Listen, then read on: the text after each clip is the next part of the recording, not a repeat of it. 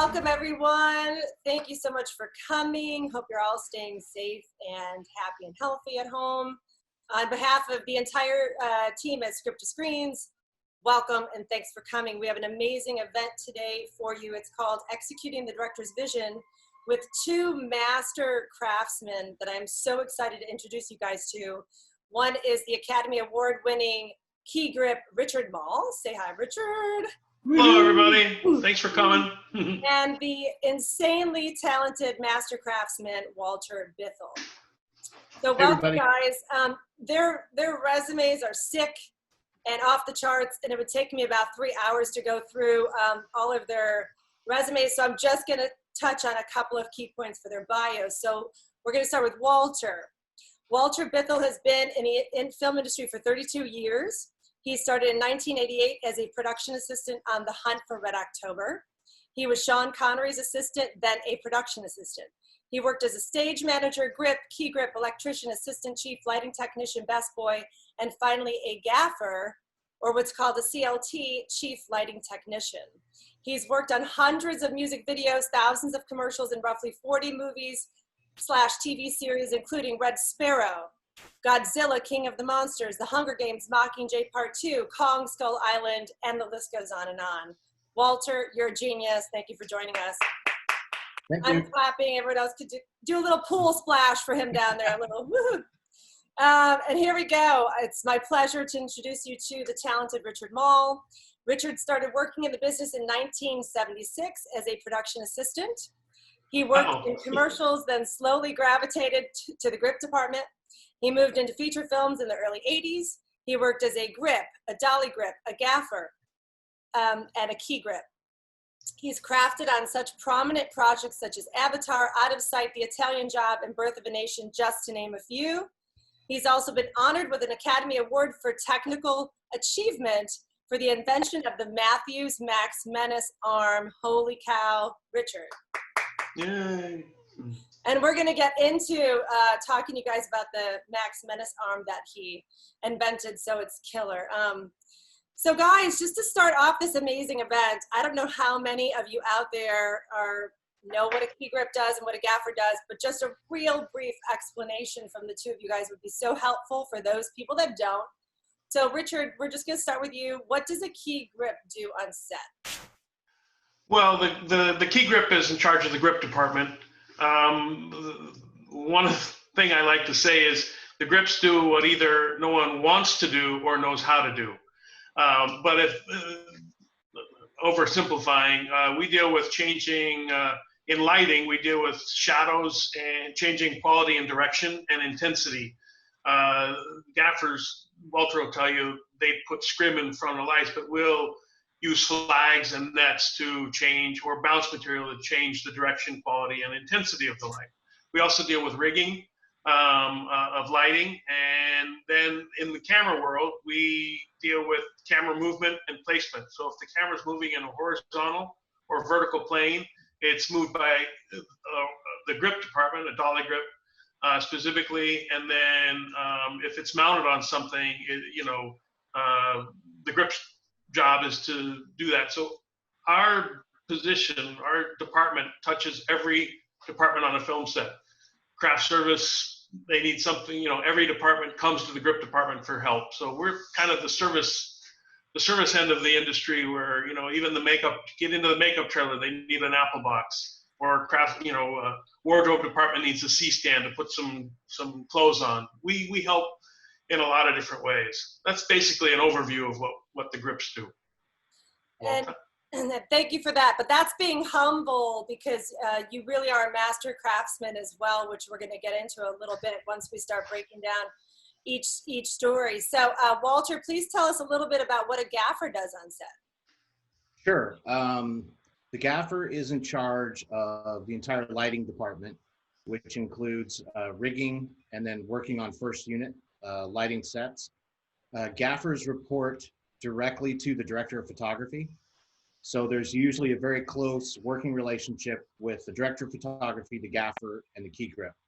And on a movie, the key grip and the gaffer, if things are running smoothly, they work hand in hand because they're both trying to solve the same problem.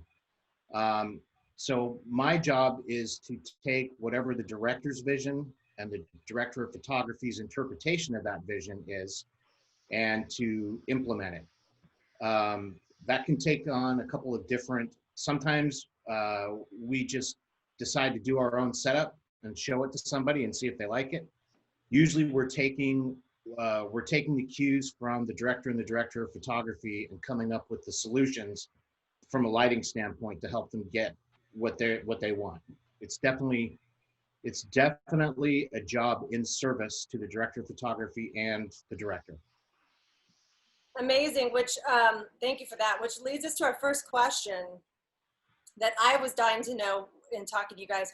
What's the best method for the director to communicate their idea or vision of the film to you, or a specific shot, and more specifically, how the camera is going to capture that vision? So how do you integrate with the director on that very thing? Walter, you want to start? No, you go first. Okay.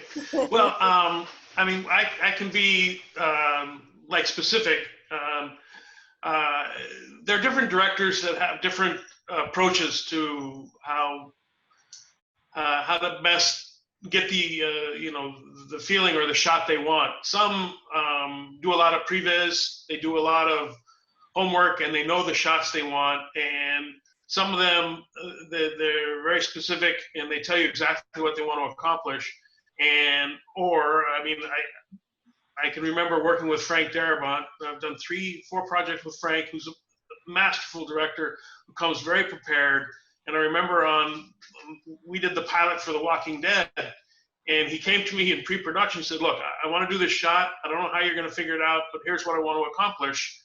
And he described it as the camera pulling underneath the tank in the kind of the end sequence of the pilot.